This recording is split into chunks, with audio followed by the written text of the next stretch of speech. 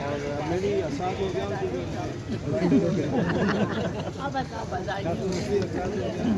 تو آپ کو کوئی اگر کمی رہ گئی ہماری طرف سے،